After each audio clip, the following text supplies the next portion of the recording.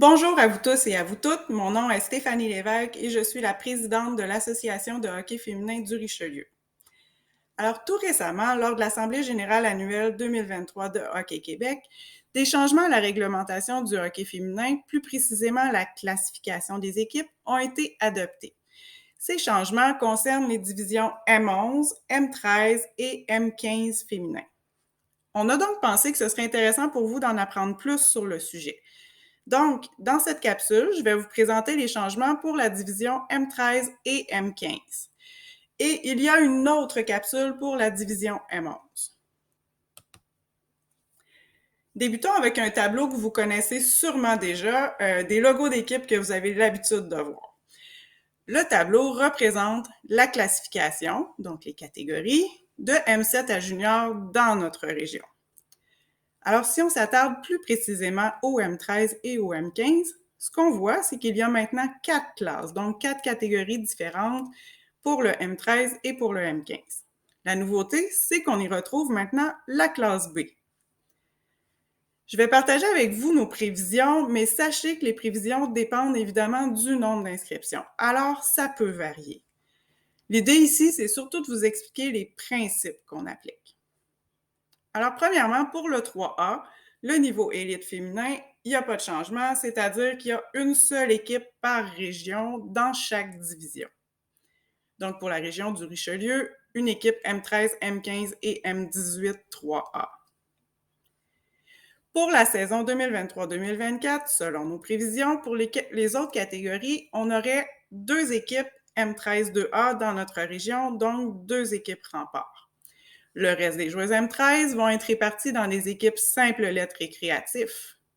Mais comme la nouveauté pour la prochaine saison, c'est qu'il y aura 2 niveaux récréatifs, on va donc avoir le niveau M13B pour les plus débutantes et le niveau M13A pour les plus avancées.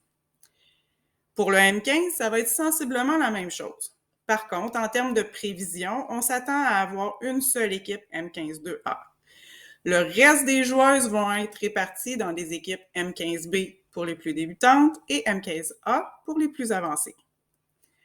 Alors, le nombre d'équipes dépend du nombre d'inscriptions, donc la répartition entre le A et le B va être déterminée au début de la saison, une fois qu'on va connaître le nombre d'équipes.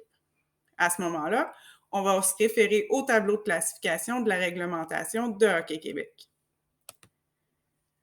Alors, pour ceux qui se demandent justement, ça a l'air de quoi le tableau de classification dans la réglementation du hockey? Voici le tableau de classification révisé pour les classes 2A, A et B au M11, M13 et M15. C'est quoi un tableau de classification?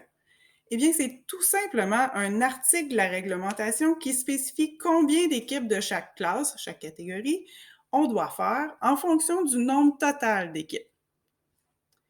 Pour bien voir la différence, on va comparer un scénario dans le tableau.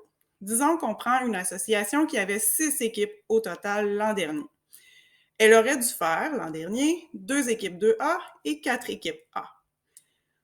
Pour la prochaine saison, toujours avec le même scénario de 6 équipes, il y aurait 2 équipes 2A, 2 équipes A et 2 équipes B. Vous comprenez aussi que c'est le nombre d'inscriptions qui va nous guider dans les paramètres à appliquer. Maintenant, au niveau territoire et secteur. On le sait que c'est une préoccupation importante des parents et on le comprend bien. Pour les équipes M13-2A et M15-2A, ça va donc être des équipes régionales, c'est-à-dire qu'ils vont regrouper des filles de calibre 2A de toutes les villes de la région et elles vont jouer sous la bannière des remparts.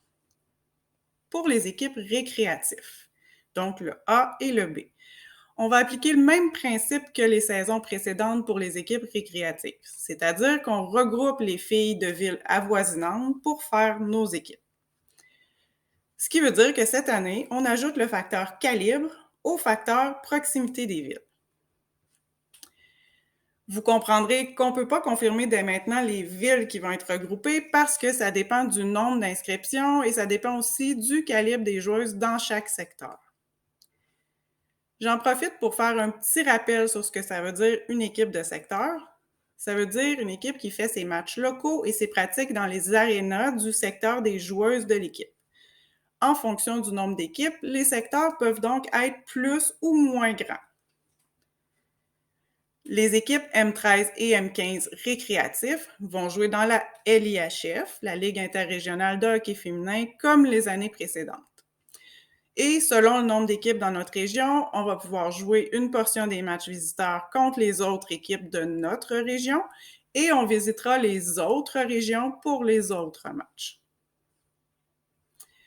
Pour bien situer ce que ça représente au niveau des matchs, pour la saison régulière, il y a 12 matchs locaux, donc 12 matchs dans leur secteur, et 11 matchs visiteurs.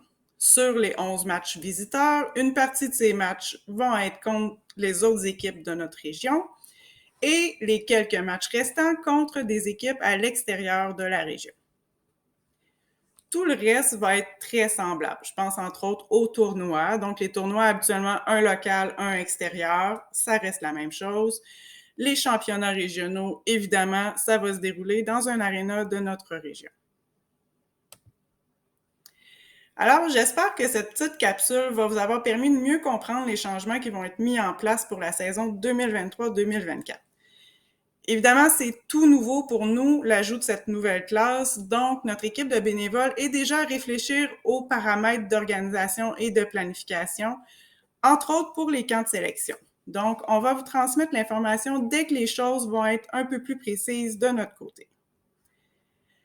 Alors, au plaisir de continuer à développer le hockey féminin dans notre région avec votre appui et votre confiance, vous, chers parents, ambassadeurs du hockey féminin. À bientôt!